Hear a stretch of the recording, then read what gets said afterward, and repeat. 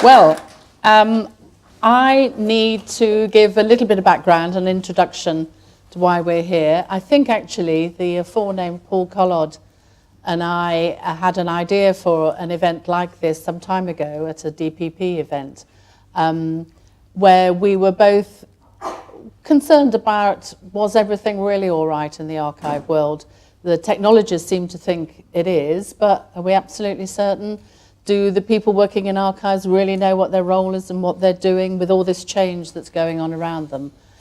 So eventually these ideas materialized into this evening's event, which Carol has been the producer of. So glad you're all here, and I hope we live up to expectations. I think our biggest concern in all of that was basically, how do we protect our future heritage, i.e. the archives, in the event of potential skills erosion, technology obsolescence, and storage providers, this politely says, exiting the market or disappearing. They seem to be really big challenges facing us. But on the other hand, there's a perception that we now have the technical solutions for digitizing and preserving archives. So what are you moaning about? What's the problem? To some extent, one of the problems is finding the money, but we won't discuss that here. We'll talk about other issues. One of the points that seemed to reflect that was IBC last year. There were no conference sessions on archive digitization and preservation, which again seemed to indicate that's gone off the agenda. People have stopped worrying about that. Does this mean that the problems people have been worrying about for years have all been solved? We're not sure. I mean, the DPP, I keep giving them a plug, but they've produced this excellent guide to digital archiving, which one of the authors is on the panel here. But how will we know that this is working okay? Is it being well adopted in different broadcasting archives? Is it working well? Another issue is, does the drive towards the IP workflows pay sufficient attention to the longer-term needs of preservation? Are we sustaining and developing the relevant skills that we need now and in the future? Are the people working in archives sufficiently equipped with, technical knowledge now to do their jobs? Or are there technical departments they become dependent on or reliant on, and they don't need to know that? They need to maybe focus more on their older traditional archive skills and their knowledge of the content. One issue, do we need a wider kind of UK strategy for the future of audiovisual archives? Is there too much just working in silos? I would hope by the composition of the panel here, it's clear that that isn't the case. We've got kind of key representatives of the major, certainly those involved in broadcasting archives in the UK. But should there be more collaboration between them and a wider or a UK-wide strategy for just what are we doing with archives in the digital domain? So we have a panel of experts here. We can find out a bit about the current status of digitising in the major TV archives of the BBC and ITV, and also of the BFI, who not only have television content, they have other genres and so on, and content to conserve and preserve. But Charles is here mainly in the context of talking about their role in television archives. And just so he doesn't feel left out, Tom here will give us a view more from the technical service sector.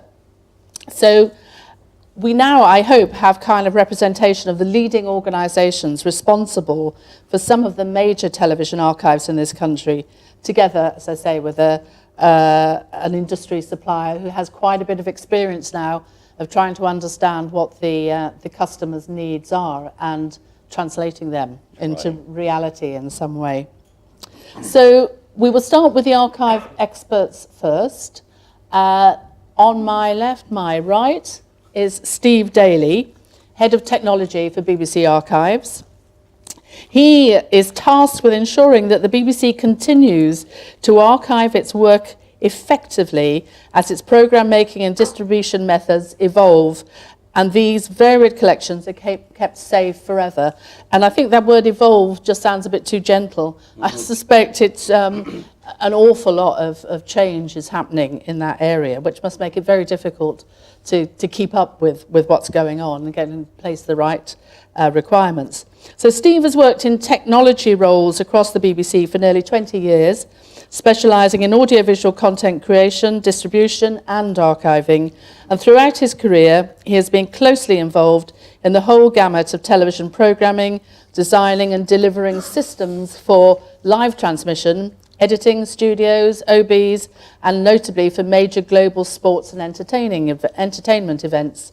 Throughout this time, Steve has worked closely with production teams, helping them to make the best use of technology in their creative output, and he continues to work with them on how best to archive their work. No easy task there, but over to you. If you don't mind, I think I should just introduce everybody first, so the others aren't just sat here with nobody knowing who on earth they are. And then Steve will, at each panel member, will talk a little bit about why they're here, you know, how do they justify their position of being here, what's their expertise and knowledge, and perhaps then express what they see as one of the greatest challenges facing their archive. And if they don't, that's what we'll start discussing afterwards. So if I can say next is Dale Grayson, Director of Content Management and Information Policy for ITV. He leads on all aspects of ITV's archive and rights management operations and data. Having worked in the BBC libraries in London, I didn't know that, Dale went on to study information and library management in Newcastle upon Tyne. So the experience in the BBC didn't put you off? No, but made you realise you needed to know how it was done properly. Yeah. Joining ITV in 1992, working in the news libraries, commercial clip sales and rights management. Through various mergers and acquisitions of the ITV companies, he's overseen the consolidation of archive, rights management, content identification and metadata expertise in Leeds, which is now the home of the ITV archive and the clip sales business. And importantly, Dale is also chair of the RTS's archive group and is a trustee of the Yorkshire and North East Film Archives. So, know your stuff. Charles Farrell, Head of Conversation, just that's probably it, Charles. A real Freudian slip there, sorry. Head of Conservation, BFI National Archive. Working there for 32 years as the Clifford Shaw Head of Conservation. Sometime you'll have to tell us about Clifford Shaw. Yeah. Anyway, he has primary responsibility for leading the technical teams to preserve, conserve and make accessible the extensive moving image collections which constitute the BFI's National Archive. Significant projects that Charles has contributed to in recent years include the creation of the BFI Master Film Store, digital restoration of the amazing Abel Gance's epic film Napoleon, together I presume with the wonderful Kevin Brownlow at your elbow or you at his elbow or whatever, you know, and transformation of the archive's extensive film and television operations to meet the challenges of a digital world. Over the past 5 years, Charles has been heavily involved in the innovation and implementation of the BFI's Unlocking Film Heritage project, leading initiatives and collaborations to further enhance the digital capabilities and preservation infrastructures, and has just a slight challenge now, I presume, to carry that project kind of forward into the preservation of videotape and television. And I think the challenge is 100,000 titles, isn't it, instead of 10,000? 100,000. I'll yeah. talk about that. Good. Okay. Yeah. Just making sure you do. That's all. Yeah. Tom Blake, CEO of Imogen. So, believe it or not, educated in biochemistry and having spent his early years in the medical technology industry until 2011, Tom's only experience of video was renting one from Blockbusters. Having inherited his father's entrepreneurial skill, and I think many of us probably know Tony Blake as well, Tom took over the family business, which was then called Cambridge Imaging Systems, and transformed a team of software developers doing interesting things with video archives to develop Imagen as a leading media management and distribution platform with an A-list client base, including the Premier League, Reuters, and the BFI. Tom has led the company through iterations of custom projects to an enterprise software product. You'll have to explain all this. And now a fully cloud-based software as a service offer. That's amazing. And has picked up a little bit of knowledge about video archiving on the way. So at that point now, I'll shut up. And Steve, if you wouldn't mind giving us 5 minutes or so of your background and expertise. Lovely, thank you very much. And thank you everybody for coming along. There's loads of familiar faces here. It is a very small world. The purpose of the BBC Archive is relatively simple to explain. We look after everything that the BBC would like to keep forever. Those of you that work for the BBC Archive know we do a few other things as well. But it's mainly that. It's catching what the BBC make, it's keeping it safe forever, and then it's providing ongoing access to it. And that's across our wide-ranging physical and digital collections. So, for example, we have all the paper records of the BBC. We've got loads of film, loads of videotape. We have the radio archives dating back to the 1920s and 1930s. We've got photos, sheet music, heritage artifacts, web and social media archives. We've got one of Europe's largest commercial music collections, and then more recently, a very large and growing collection of digital content. And I think today we'll probably focus more on the audiovisual assets, but we shouldn't neglect the rest, because occasionally it's that paper contract that gives you the confidence to be able to rebroadcast the television program that you might have in your archive.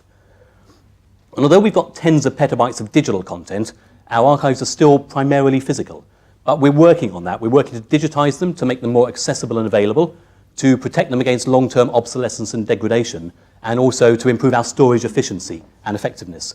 And over the last decade, we've run many digitization projects focused on those three themes. So, for example, last year we looked at our film newsreels. So this was a really important historic collection of everything the BBC put out on the news from 1948 to 1967. So it's a real history of what happened in the world across that period. And although we had that stored very safely in our film vaults at freezing temperatures, it wasn't particularly accessible. And so we digitized all of that. We've kept it all safe now. It's all fully available on the desktop of everybody in the BBC. And we hope you'll start to see that in our editorial output, particularly in our news programming. In the meantime, you can see it on our Twitter feed, @BBC Archive, various snippets from that collection up on there. We also will occasionally look to obsolete or obsolescent formats, videotape and audio formats. So a few years ago, we looked at Panasonic D3, which was our transmission format for many years. It was giving us a lot of problems like it probably did other people, and so we digitized all of that. And then it's another example around storage efficiency. BBC Wales are moving to a new building in the centre of Cardiff, and it's an incredibly cutting-edge, IP-only, file-based digital building. However, they don't have any storage space there for their archive, for their physical materials. So we've digitized all that for them. And that's hundreds of thousands of videotapes, quarter-inch audio tape, CD, DAT, mini-disc, vinyl, all safe now. And those things I spoke of there are really projects. They were time-constrained, bounded, tightly scoped, discrete pieces of work. These days, though, over the last year or so, we've tried to move to an ongoing, continual program of digitizing our archives. And there are three things that changed that made us adapt our approach in that way. First of all, the DPP, touched on earlier there, the Digital Production Partnership, together with all the other UK broadcasters, agreed that from the 1st of October 2014, if you were commissioned to make a programme for the BBC, rather than deliver a videotape, as you had always done previously, you would now deliver a file. And then 3 years after that date, we've all transitioned fully to be file-based in our archiving and delivery workflows. And the last thing we transitioned at the BBC was our recording of live programmes, outside broadcasts. So Glastonbury, the Proms, Festival of Remembrance, things like that. But that's all now entirely file-based. And that effectively closes the door on our videotape archive to new material coming in. Accepting an occasional tape that's found in somebody's cupboard when we clear out a building, we're not accepting new videotapes into that archive. And that gives us a well-defined static problem to resolve there. Coincident with that, and probably not a coincidence, the videotape manufacturers stopped making videotape machines. And they also announced the end of life of support for the machines we already had if they hadn't already done that for some of our legacy formats. And that really set a ticking clock on our ability to maintain the equipment to be able to play back the large collections we've got in our archive. And the third thing that happened very specifically for the BBC was we bought a digital archive. We bought a digital preservation system to keep all this content safe. And that gives us much more confidence to ramp up our digitisation, knowing that we've got somewhere safe to put all that content and to make it accessible to everybody that needs it across the BBC. And I've talked mainly there about our legacy collections. Something that I think we'll touch on later this evening that gives us more of a challenge is our newly born digital content. Our legacy collections are a relatively well understood, defined problem. They're not easy to solve, but we know the scope of the problem. What's becoming harder for us is to catch all the content that we make. Recording our linear output, our traditional channels, is relatively easy, but we keep changing the way we make programs, and we keep changing the way we distribute those programs to people at home. So these days we've got some iPlayer-only channels like BBC Three and some iPlayer-only content. We're on Twitter, we're on Facebook Live, podcasts, pop-up radio stations, ebooks, games, high dynamic range, ultra-high def, object-based audio, binaural audio, all that kind of stuff. And for each of those, we have to make sure that our delivery workflows are plugged into our archive so that we're catching all that stuff. And we have to make sure that we're also storing it in a way that's going to be understandable and usable in many decades to come. So I'll probably call it a day there. I'm sure we'll talk about much more of that in a short time. Yeah. Thank you very much. Your final sentence was quite right. That's exactly what we're yes. hoping, that it will all be discoverable and safe in 40 years' time, ever. Thank you very much, Steve. Dale, over to Dale from ITV Archives and Rights. Thank you. Hello. I'm going to start with a bit of background to ITV's history because I think it's hopefully helpful to set the scene and go somewhere to explain what we've had to deal with in ITV and why we're at where we're at today. And forgive me if some of you know the history of ITV, and I'm not going to go into great detail. But ITV's television collections date back to the start of ITV in 1955, but our archive holds collections dating back to the 1920s because we own various catalogues of feature films, and some of you will know that we own the Rank Film Collection. If you know anything about the history of ITV, though, you'll know that it was made up of a number of regional franchise holders, each separately owning and managing its respective archive. But from the mid-1990s onwards, those regional franchise holders began to merge. So, for example, Yorkshire and Tyne Tees came together, and then with Granada and LWT, at the same time, Carlton was bringing various regional franchise holders together. And the end result was the Granada-Carlton merger in 2004, which created what we call One ITV, though in reality, it was a fair few years before we began to actually operate as One ITV. And somewhat inevitably, the archives, being the not very sexy back office function that some people think of them as, were one of the last operations to be considered for change in that One ITV setup. And although there had been some physical consolidation during that period of mergers and acquisitions, by 2012, we still had 1.5 million film and tape assets in multiple locations across the UK, some of which we'd never heard of, and overseas as well. And the individual archive operations had two separate lines of reporting, one into our broadcast business and the other into our distribution business. Our production businesses had no line management responsibility, albeit the archives were actually primarily responsible for preserving productions assets. And productions themselves essentially used the archive to store, in quotes, everything, and quite often it was everything from any given production, without any policies around detention or deletion, with thousands of boxes of rushes often being kept for a programme, but no record of what was actually on them. So in 2012, as part of our One ITV consolidation, we took the strategic decision to firstly move everything into one location, which was a 2-year project to take everything into ITV Leeds, which is where I'm based and is where the ITV archive now is, and was already at that time our biggest archive operation and had the capacity and the infrastructure to enable it to grow. And secondly, to truly understand and rationalise those collections, we aligned the new archive operation with rights management, which I was heading up, and the rights team had spent many years understanding and documenting the rights in the collections, and importantly for that exercise, had categorised the entire collection, as we understood it, into gold, silver, bronze and heritage layers, based on rights ownership and the actual commercial value to ITV based on what we do with the content. That decision to align with rights management served us really well because firstly we could rationalise the collections based on understanding what the actual content was at a per title level, but we also gained the full support of our management board because we'd aligned the archive to the commercial drivers of the company and could demonstrate where it gave a value to the business. While we were running that physical consolidation exercise between 2012 and 2014, that's when we began to explore digital archiving models and exploring the question of do we build something internally or do we outsource to cloud solutions. We decided to build our own digital infrastructure that would enable us to hold all newborn digital content in the archive, and we could start to digitise our back catalogue on an as-needed basis. So if we repeat something or we sell it, it's digitised, it will go into the digital store. However, there's been no mass digitisation project, and we're not currently planning for one.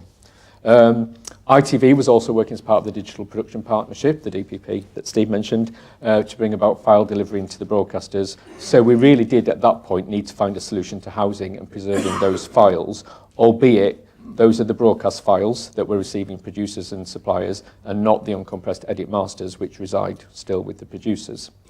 What we've now got is a digital infrastructure which in many senses is still in its infancy in terms of how we use it, but we've started to, as we call it, fill in the bucket. We have got a big fridge in Leeds and a mirror one in London that are holding content. 40,000 digital assets to date, and there have been around 10,000 recalls or uses of that content to date, mainly as we're pulling the content back out to repeat or sell. However, we've yet to really introduce the media management tools that we need to allow us to truly manage and curate that collection. It is just a store at the moment. And the introduction of digital storage has not yet, although it's changed our workflows, and there's a real opportunity around that, it hasn't yet changed the work or the roles of the archive. It's had upstream and downstream benefits for delivery of content into and out of ITV more efficiently. The digital store sits alongside our physical stores. It still needs the same archive functions applied to it, whether that's the application of policies, the curation of the collection, cataloguing or creating data so you know what's in there, and understanding the rights is vitally important to us. And none of that goes away, although we are looking at where AI and robotics might be able to help us with some of those functions. But essentially where it's left us today is having to think about how we skill up a team that is used to managing a physical collection to truly understand how to own and employ those digital technologies so that it drives real business benefit. Thank you. Brilliant.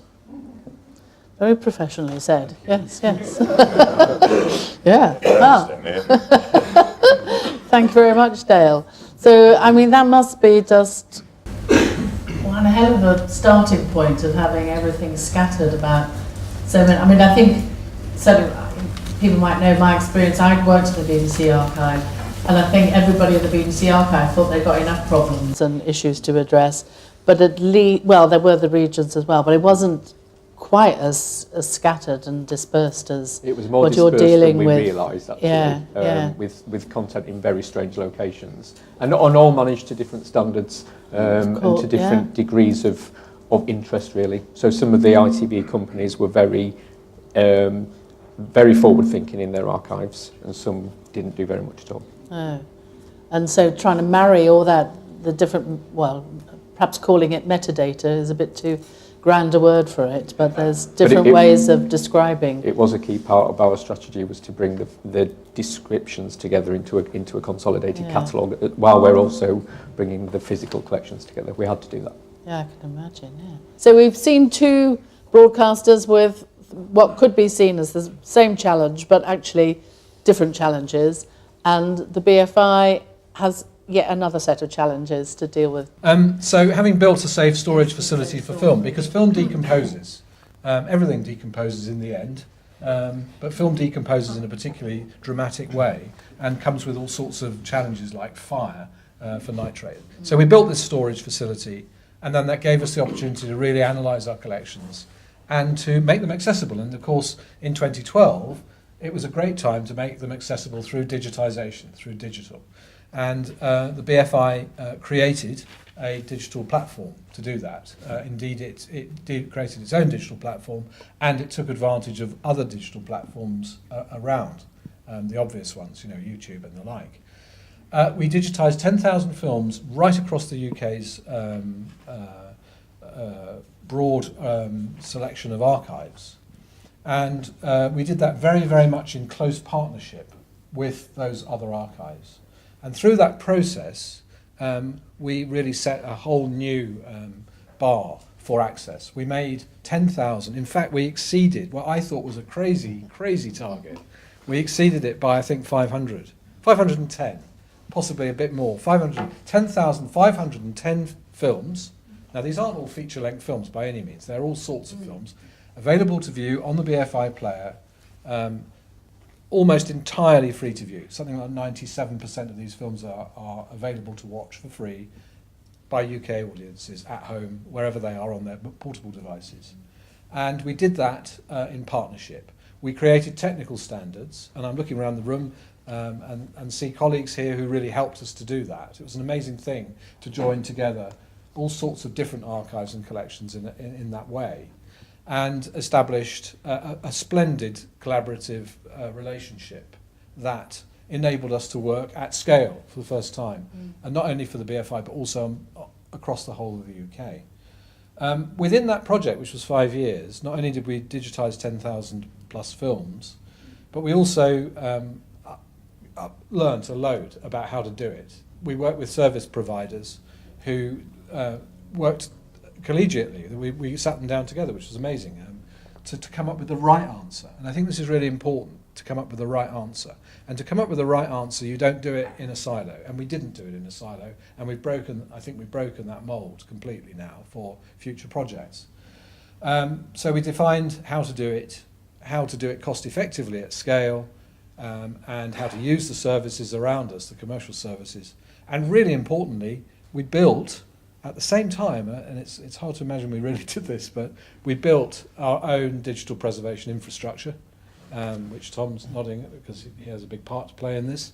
And we did that through a competitive dialogue procedure, which was an incredibly complex business of bringing, I think we had something like 100 expressions of interest from people who said they could build a thing for us before we'd really even told them what it was.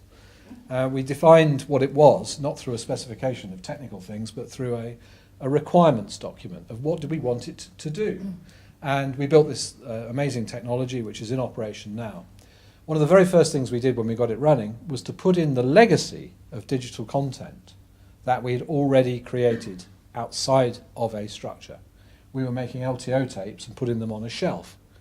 That's what we had to do something, because the world had gone digital around us. It was a risky business because the difference between digital and indeed video as well and film is that the master film store solution doesn't really fit. You have to keep up with the times.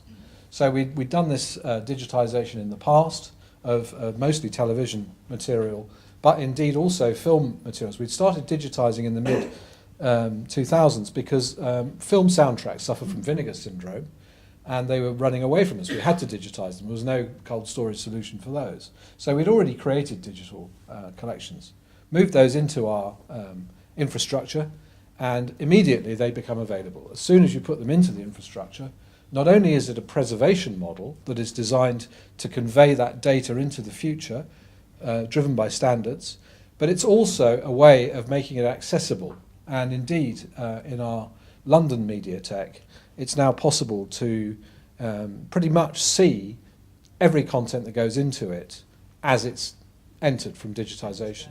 So there's an explosion of possibility that has come about.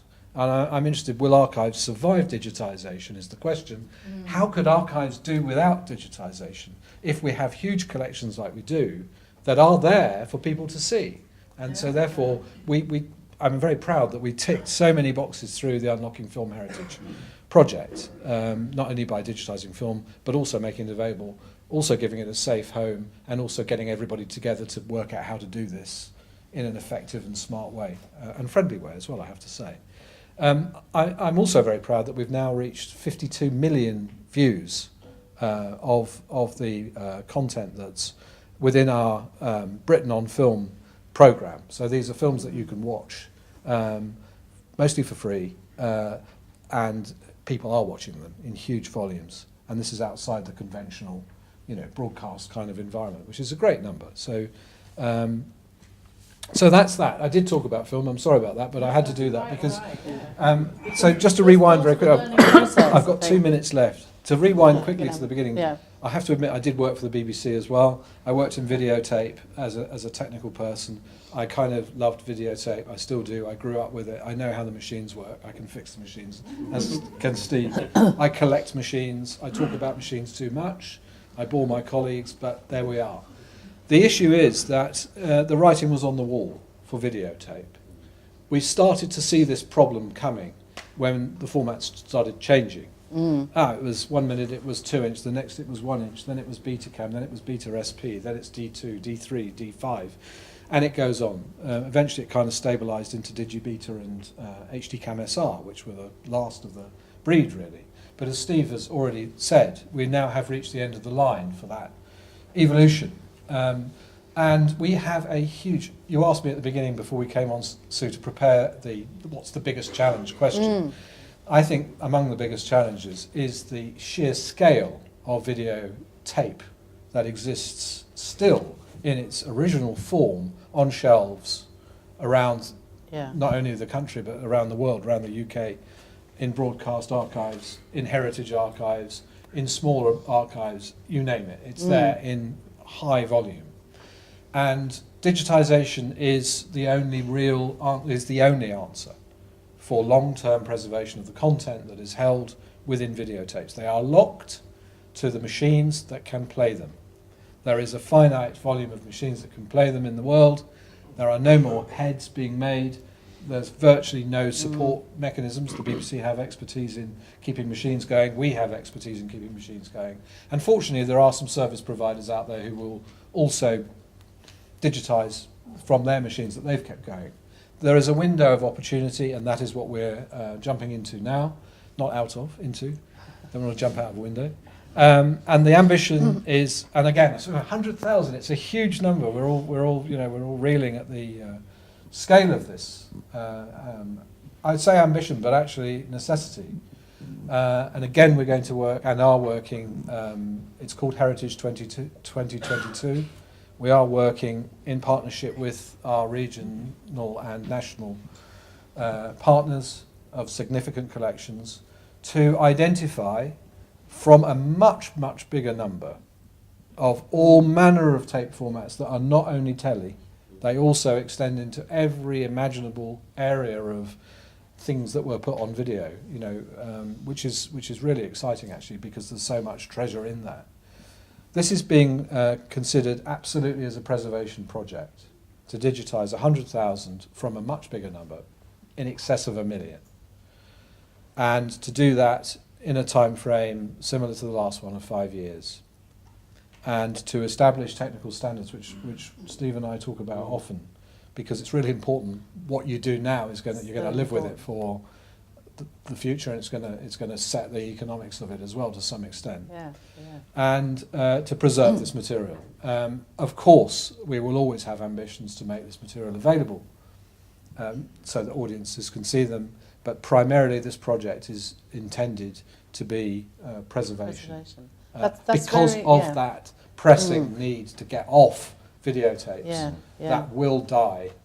The physical plastics will be okay, but the means to convey the machines, machine skills, spare parts will diminish. It already is diminishing. That's very interesting, because I think for years, sort of in the past, people were slightly confused between the role of preservation and access, and digitisation could fulfil both or neither very well.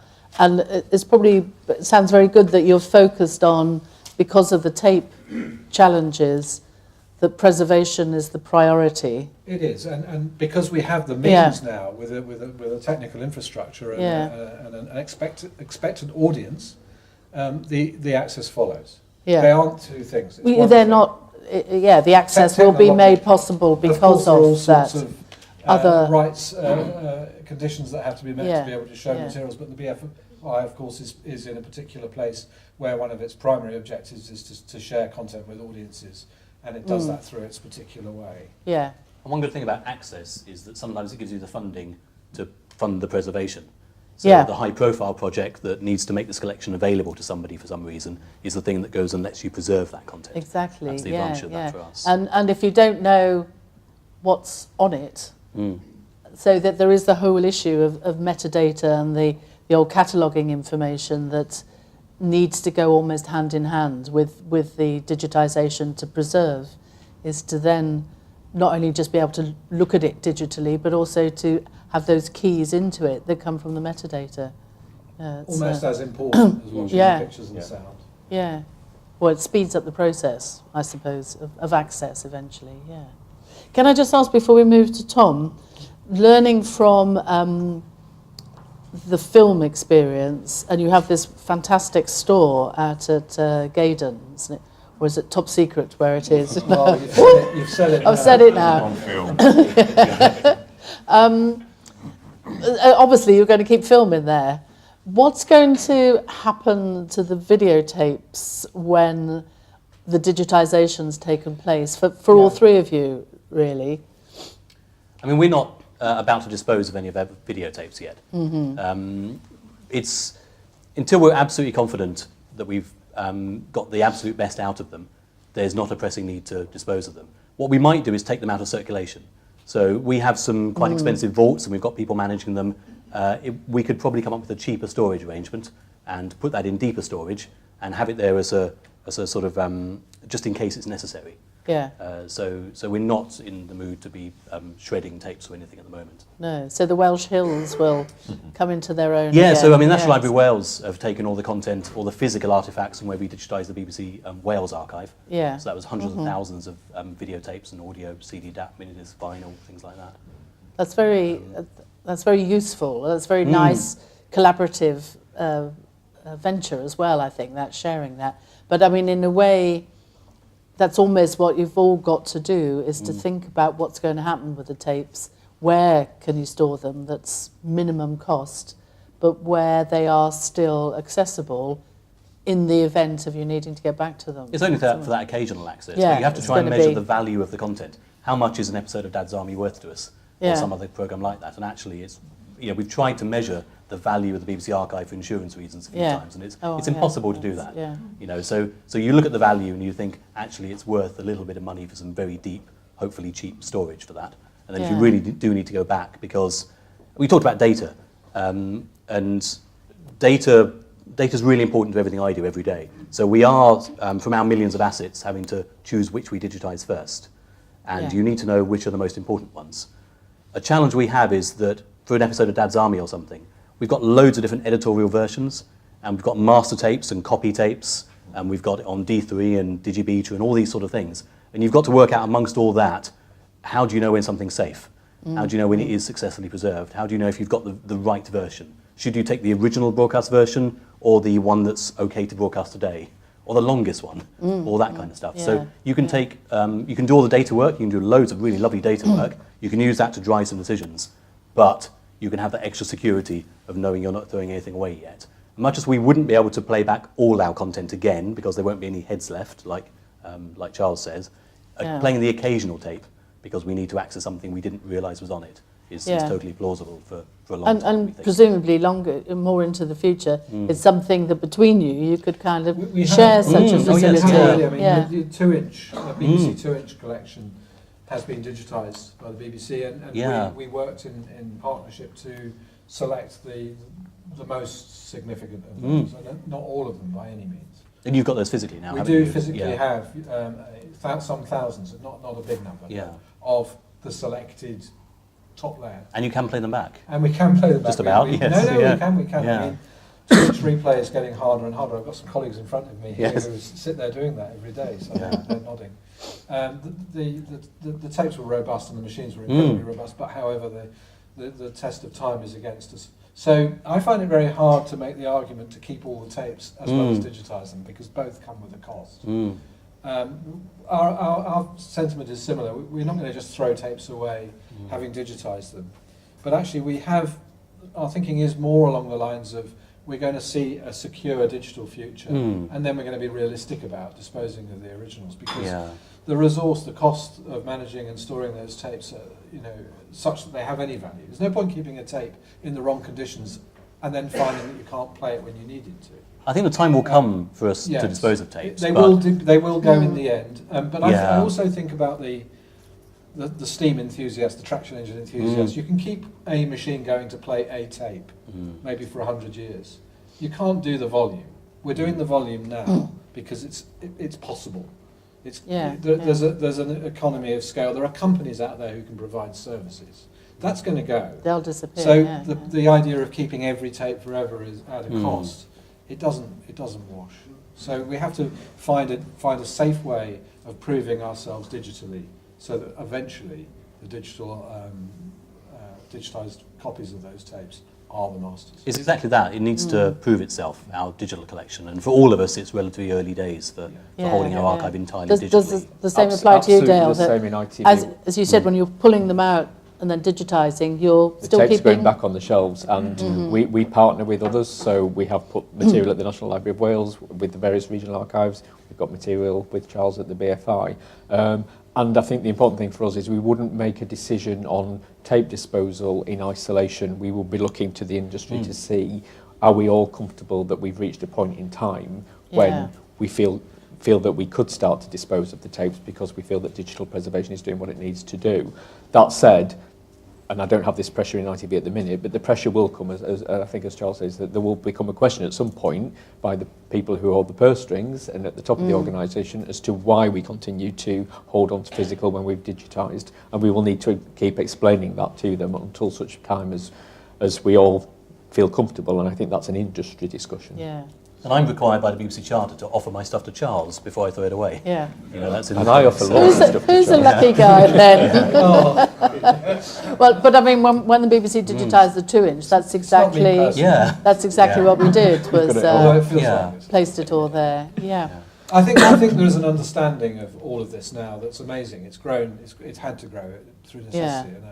I mean, I'm looking at Richard Wright, who's sitting there. I mean, I've been listening to Richard's work through initiatives like Presto Space, where this was very clearly, actually, in principle, was clearly laid out as to what was likely to happen. And actually, we've all followed these warnings, and I think a lot of us knew that it was something that would happen anyway.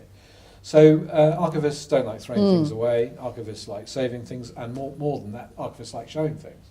Yeah. So I think there's a balance to be made between those three things. And I think, as Steve said earlier, with the born digital new content coming into archives, you don't actually have any choice anyway. No. That stuff has got to be accommodated after.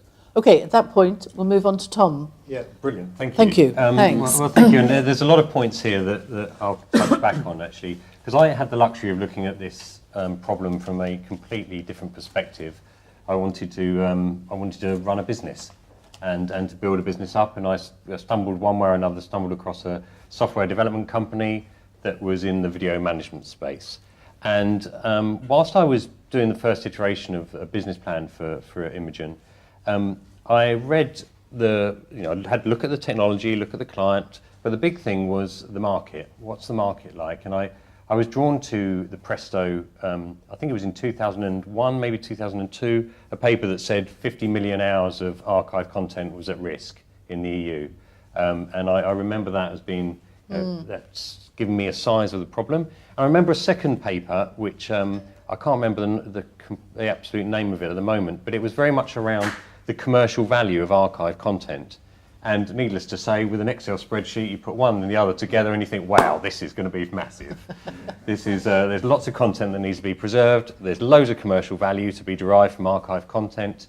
All we've got to do is to make a platform or a product that can solve that problem, and I'll be lying in my hammock by 2015. Yep. And I'm not anywhere near that hammock just yet.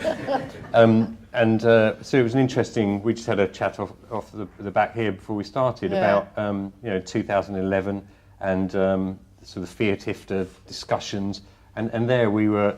All this prediction was there, but but we knew it was going to take a lot longer. It was going to take a long time. Yeah. And there needed to be a few things that happened in the market in order for digitisation to become economically viable and a reality, actually. And one of those has been a lot of discussion around what formats you should digitise to. That was a massive discussion for a very long period of time. And then, you know, DPP made enormous progress in that by sort of forcing an issue. I know there's still lots of discussion about what format is the right format, but sort of forcing an issue along there.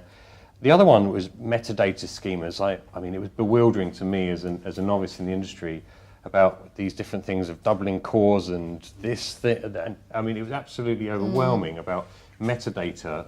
Didn't really comprehend what that was all about. And so it was a bewildering landscape, but something that obviously had a very big problem and needed to be resolved. And so we tried to solve that problem from a product perspective. So once you've digitized that content, which was going to be inevitable according to all the papers, how can you make it accessible and enable yourself to derive commercial value from that content again? And accessibility, preservation go hand in hand, I believe. And if there is a commercialization opportunity at the end of that, then that can fund and fuel the whole cycle, as Steve was describing. So that's what I saw from the outside, and we, over the years, we set about trying to solve that problem. But in actuality, I learnt most of what I now know about video archives from people on this panel, or certainly within this room here, and see our job as just trying to build the best tools so that once you do have your digital content, you can make the best possible use of it. You can know that it's preserved, stored, and looked after, but you can also access it and commercialise it if it does have that value. Pretty much anything is possible. You don't have to do it a particular way because you know a proprietary solution tells you that you do.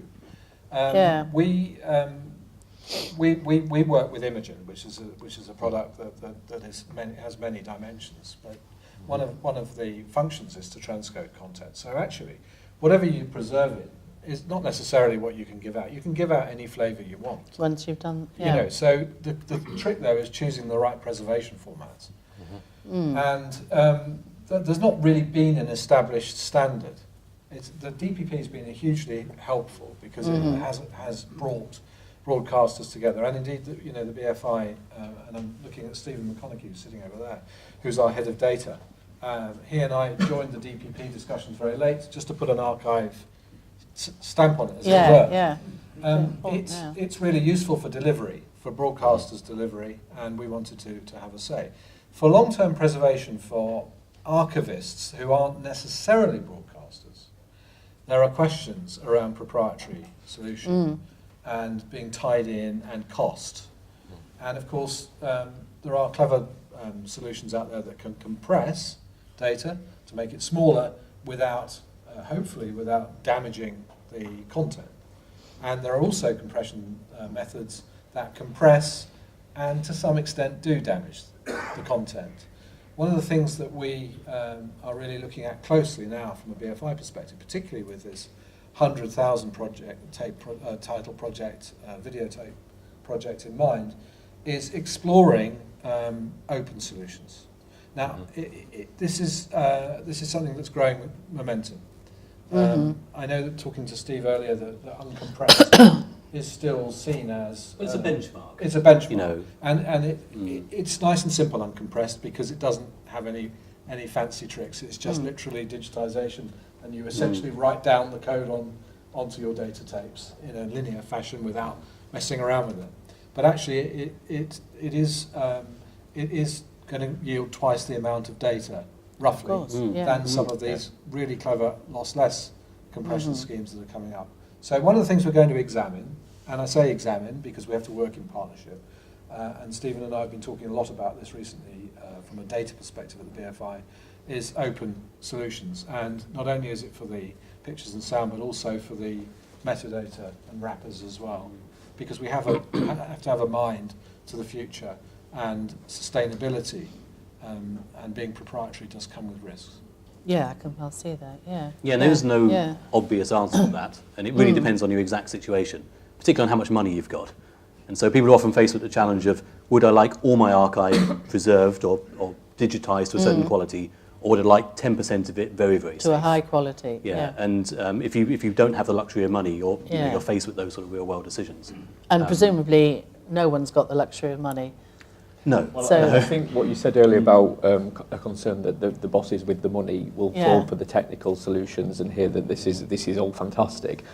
My experience is the opposite of that, actually, which is the first time that archives have really appeared on the radar at a very senior level in the company as when we're asking for money for digitisation. The cost of archive was largely hidden in the organisation when we were talking about physical, but when we're asking for investment in digital infrastructure, that's right at the top of the organisation, and they're not falling for the fact that the technology is great and going to solve lots of problems. They're asking questions about the value of the content. Why would we do it? What are you doing about metadata creation? What all the different aspects that actually make it useful, because just digitising in itself, while a cost, is just part of the picture, and they get that. And we're going through this hump at the that's moment brilliant, where it's getting more expensive. You know, digital hasn't made life cheaper. To put some videotapes on vans was an established way of working. It was relatively cheap. To digitise each one of those and send a file instead is considerably more expensive. Now, there's sort of a long tail where it will be greater, much better in the long run, and it will balance out to be cheaper. But we're not in that period at the moment. No. So a lot of it's around risk avoidance. The thing Charles was talking about, that there's only a certain number of head hours left in the world, and we would like to use those before other people do. Yeah. That's what keeps us awake. So supply and demand economics suggests that now is the cheapest time to digitise tapes. To do the, But at the same time, particularly if you're in a commercial organisation, the content that's on those most at-risk tapes might not be the most valuable content. And therefore, you've got to construct an argument about why it's important to digitise that content, even though, in my world, that's not really going to make us any money. And again, at a senior level, people do get that there's a heritage value, but it's a different argument that we have to make. It's quite easy. It's quite easy for me when I can say that something sells, because I can get that through a process. But actually deeper archives, and I think ITV is in a different position to say, you guys at the BBC and BFI, where you've got a very obvious public heritage remit. well, and the whole charter. At ITV, we don't necessarily have that, although people do recognise the importance of it. It just becomes a different and slightly harder conversation. Yeah, that's really cheering to hear that the archive people are, being consulted and really talk to you about what do you need and what do you want, as opposed to, here we've acquired this solution, make your stuff fit it kind of thing. So what's wrong? The first year of our 5-year Heritage 2022 project has been really focused on analysis of collections.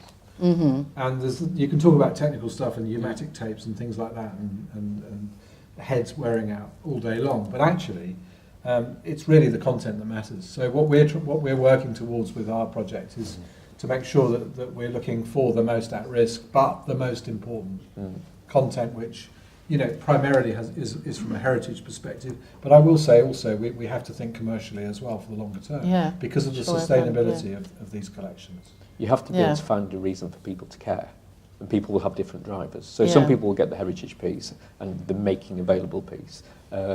But if you can find a commercial hook as well, then it really does help. But it's finding the people who care about it, and there are people in any organisation who will care. You need to get them on side.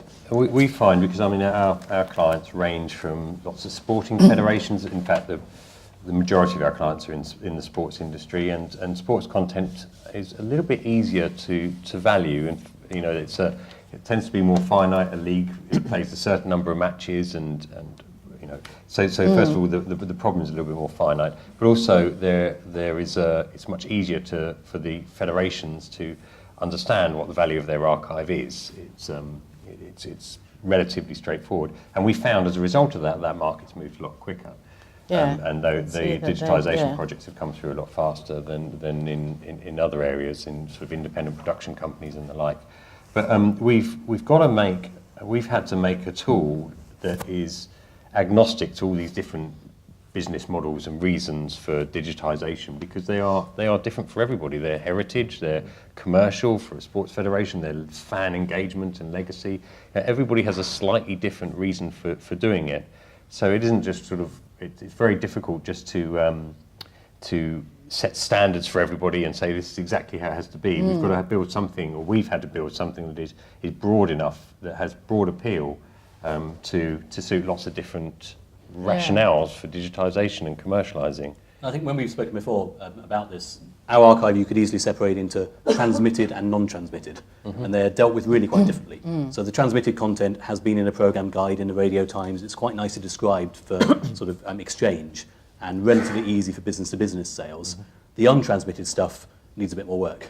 And so I think not all the platforms around are built to put a lot of Russia's material in, because it's expected that every asset would have a synopsis and a description and tagging and all that kind of stuff, which it generally does for our broadcast content, but less so for what is a large proportion of our archive. for the rushes and stuff. And the thing about data is actually our most important topic at the moment in the archive. So until about a year and a half ago, we did a lot on data, but we didn't have a data team.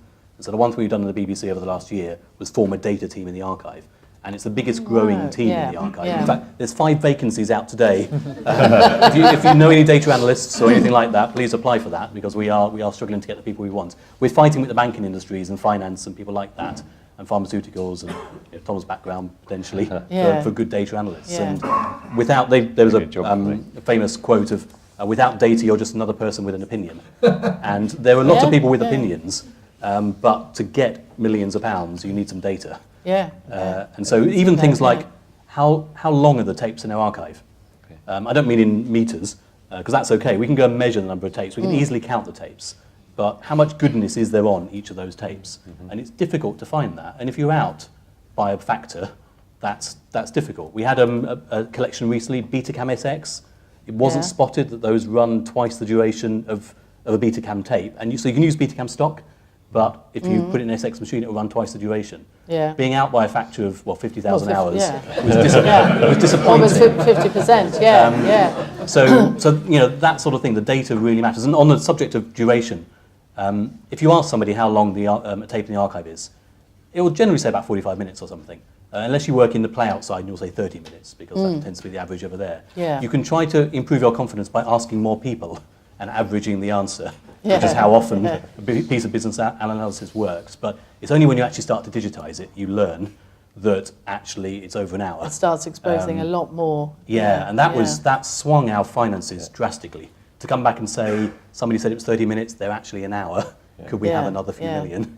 That's a bit disappointing, really. Did that go down well? No, that didn't exactly happen in that way. But no, data was, we feel like we can't go ahead much without the data to drive our decision making. So we know which tapes we digitise, and we know that they're safe. And bringing together, I mean, you've talked about different collections from different places. We do have quite a bit of that in the BBC. Radio weren't close to television over the years, and different projects that have happened, and different systems, and trying just to sort of pull all that together and consolidate it and understand where you put your limited resource to focus on preservation. And I can see, until you start, you almost don't know what you don't know. And Charles's point about having learnt from the film project sounds really good, that you almost have to take the plunge and get going in order to learn what you don't know. Yeah, so we digitised all the BBC Wales' archive, I said, all their audio and all their video. Well, good lot to start on. It was brilliant for us, actually. It was great for them too. But that was a trailblazer for every way we wanted to work. They had such a varied collection for such a long duration, different formats, different ways of working.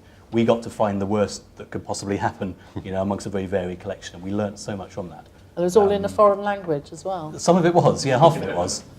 Very sort of interesting, So our key question is, are these archives we've heard about today, are they going to be findable and usable in the future? Now, you're all sounding very optimistic. I think when we started this, Paul and Carol and I maybe weren't so optimistic. We were kind of really worried about the future. And I suppose one of the questions we've already addressed, that salesmen coming along with their slick solutions that aren't quite what you want, could be a problem. And you seem to, we've decided that doesn't seem to be the issues these days. There's much more listening and consulting with the people running the archives. Also, the idea of the technological obsolescence that we were talking about, that doesn't seem to be an issue. We haven't talked about very far into the future. No, So I think we talked about the that's immediate going to say future. if we can, And you can find a supplier, there's many good suppliers out there, and you put your content in their system, and that's fine while it's in that system. We always migrate from system to system. And so physical archives will often have this 100-year principle. What could I do today to make my content, to guarantee my content's available in 100 years' time? And that's much harder. You know, we try to think a lot about all this stuff that we're all very familiar with today, and we understand a DPP file, and we understand all the metadata schemas and things, but would somebody really understand in 100 years? So the film, you know, film has been very understandable over 100 years. We've had no trouble with that.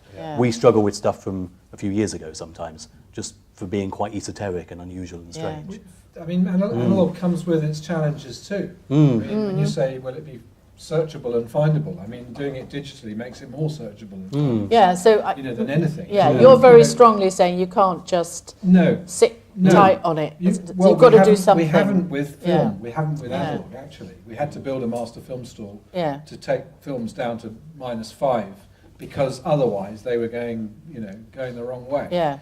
Digital's pretty much the same, actually. You have to keep it moving. You have to keep an eye on it. And when you create a platform, you've got to be absolutely sure that that platform is based on standards and structure. Yeah. I mean, the way we have had to become more structured in our thinking by being digital compared with the analog world is absolutely incredible.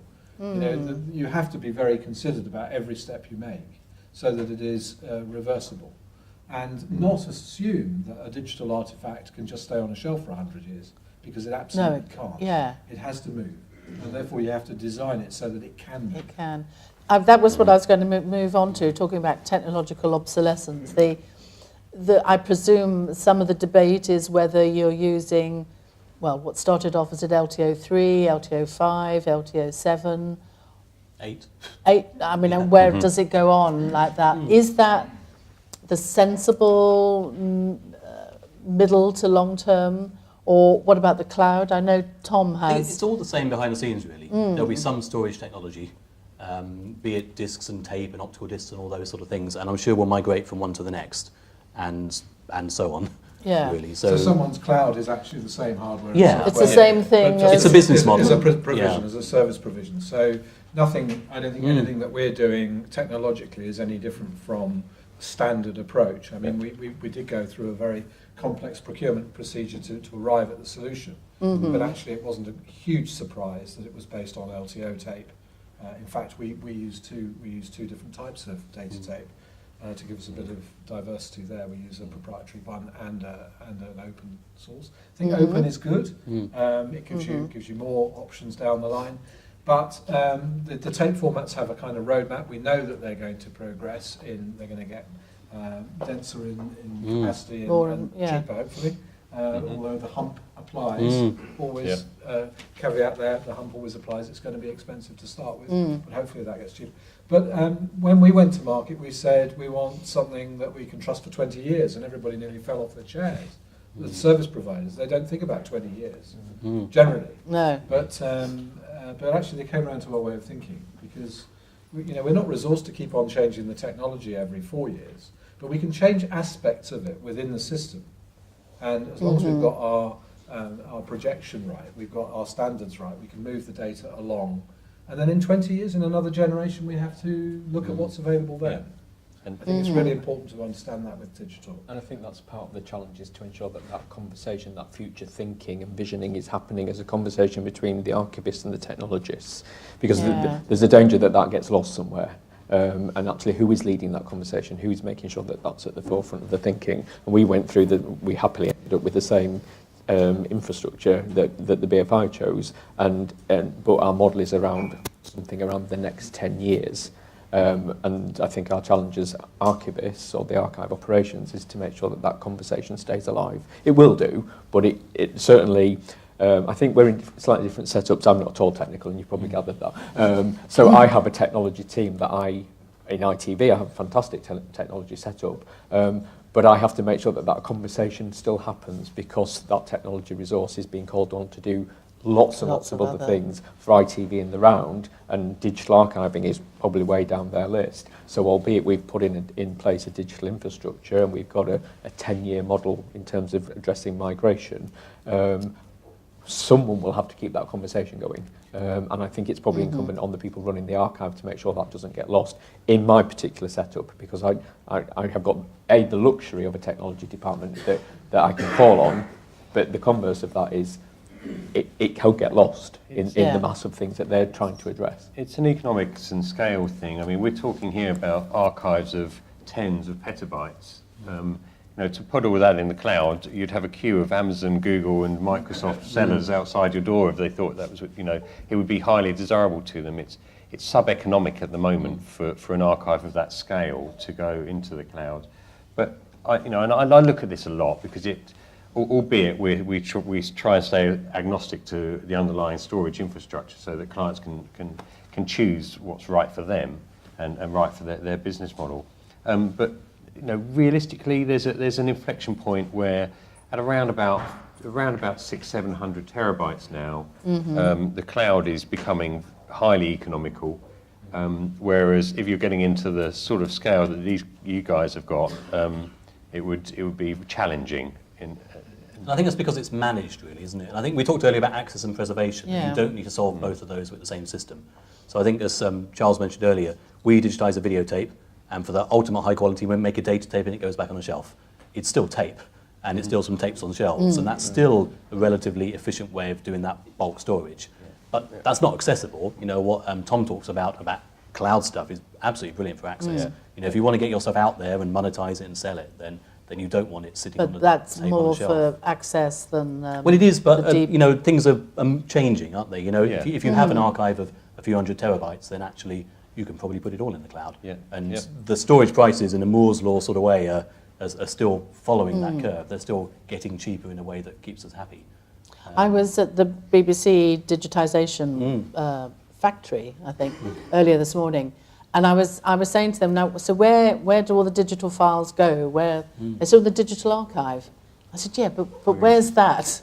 They said, well, there's one in Scotland and there's one somewhere else. It's a lot I of said, data no, tapes, but where? And so in the end, the guy said, well, I think the BBC's building its own cloud. So I don't know if you could see it like that, or... Yeah, I mean, it's a phrase for a way of working, really, the cloud, a business model, a way of engaging with people. But the trouble we have around, or that everybody I think has around long-term preservation, is when somebody says to you, is it a priority today? The answer is, well, it's not exactly a priority today, it's a priority in the longer term. And so it is, as you were saying there, you have to keep it in people's mind today and remember they don't forget. If you want to know what it looks like, I could take you into a room in Leeds, and we've got what I call, as I said earlier, it looks like a big fridge, and it's got some arms moving tapes around. That's as much as I need Cloud to is know. a fridge. And there's a mirror in Greenwich doing exactly the same Doing thing. the same thing. And that was driven by policy, so I think we're probably all in the same boat. Yeah. We adopted a 2221 model, which is 2 copies on 2 different formats in 2 different sites, and no single point of deletion. And that's the model that we put in place. If we could move on to the training for the people working in the archive, have we got that right yet? Do they have the right skills and knowledge now to survive? There's two sides of that, like the two sides of a lot of our survive, conversations. yeah. One was the born digital stuff, that we have Yeah. people that have come from a traditional archiving world that need to be managing files. And that happened in TV production, 10 or 15 years ago. If you speak to TV producers and editors, they're hugely competent with file-based working. And so we're having to make that the same for our archivists. And the only way to do it is to expose them to it. So you can send people on many courses, but actually, as soon as people start to handle files, as soon as they start to understand file formats, and I think I imagine other people might be in the same situation, you can have standards for our transmitted programs, but when we're taking raw materials that we use during editing a program, all bets are off. It's whatever camera people chose to use, it's whatever editing system they chose to use, and you've got to sort of understand that a bit. You've got to understand what a program making workflow looks like. What does something look like before it goes into a grade, and what it looks like afterwards, and all that kind of stuff. And so we actually enjoy getting people from production. A little bit of that amongst an archive really helps us, as it always did. We've got some great people knowledgeable on how film was used to make BBC TV programmes. We're trying to just bring the same knowledge in about how digital is used to make TV programmes. The other side is just keeping the skills around working with legacy formats.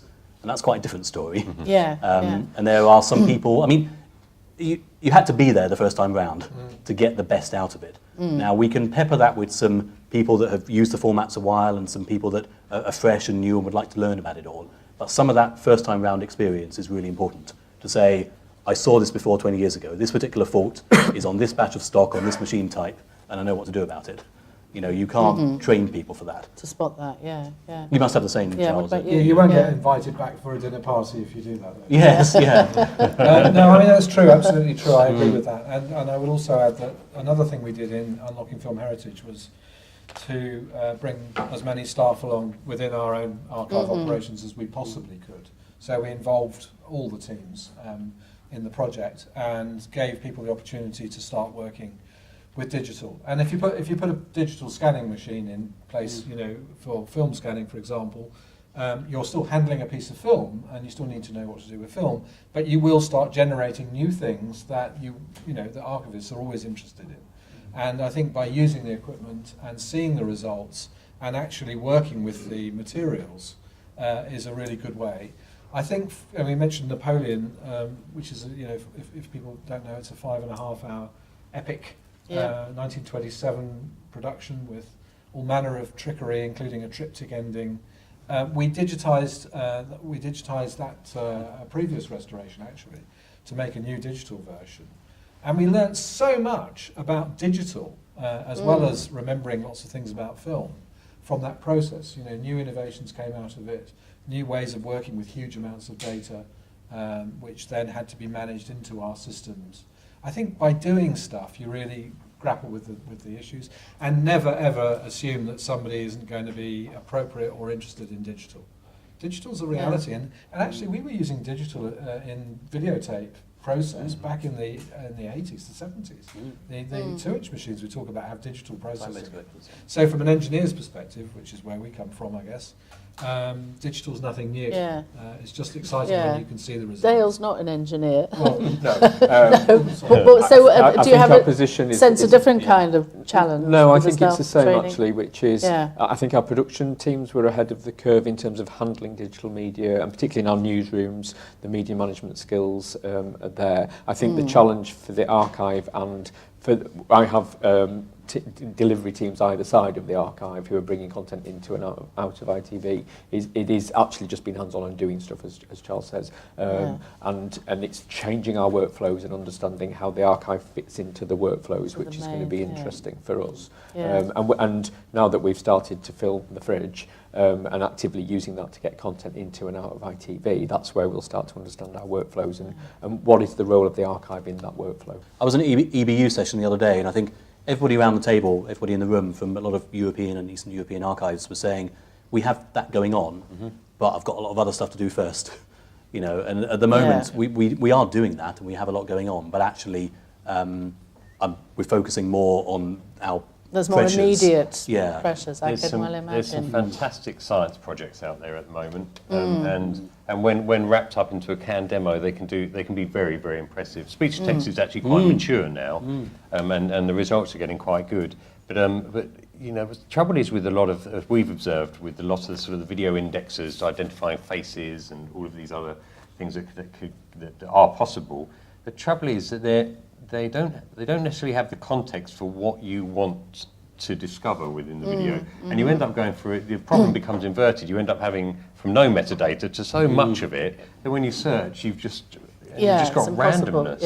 And what we see, and again, I don't think we're going to be building the AI, but what we see is our contribution to that is being able to use classifiers, so use existing metadata to contain the machine, tell the machine what to know, what to look for. So we'll find, for example, for football content, you know that there's only going to be 22 people on the field, and the same key events are going to happen. So tell the machine only to be interested in those events and not try and match a football player with a bass guitarist in a Dutch rock band.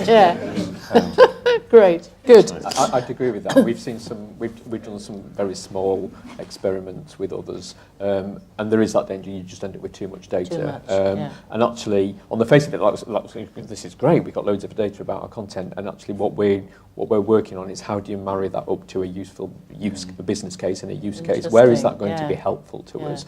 But conversely, we also had we took some very deep archive. I think at best we knew the title of some black and white documentaries, and we got both a very detailed metadata set, such as there's a horse in the background of this scene, but also some high-level tagging, which was actually quite interesting. So I had something back which said this program's about Scottish devolution as just a headline, and that was interesting because we wouldn't have known that. I'd had to employ people to sit down and watch that. So that high-level tagging was actually, and that sort of subject and theme capture was interesting. And I can envisage use cases for that in my business. The more detailed, I'm struggling at the minute to think where that becomes useful. That makes sense. And you can't do it while your archives are still physical. No, exactly. I would add that even just dipping your toe in the water of artificial intelligence or just data really gives you opportunities that just are endless. I mean, BFI filmography is a really good example of that. Yes. You know, suddenly, at the flick of a switch one day, we were able to interpret our collections in a way that you couldn't have ever guessed or hoped, or we would have hoped.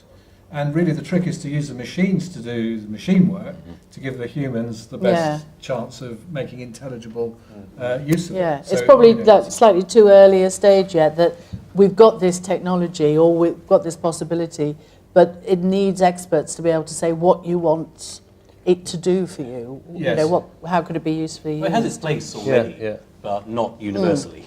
Machine learning is a key thing. It's the machine learns. You've still got to have a human to teach the machine. To teach it. And then you can get, if you teach it well, you'll get some really good stuff from it. Brilliant. One of the interesting areas for us, which is vital to the archives, is being able to use the machine learning to read contracts and see what rights you've got.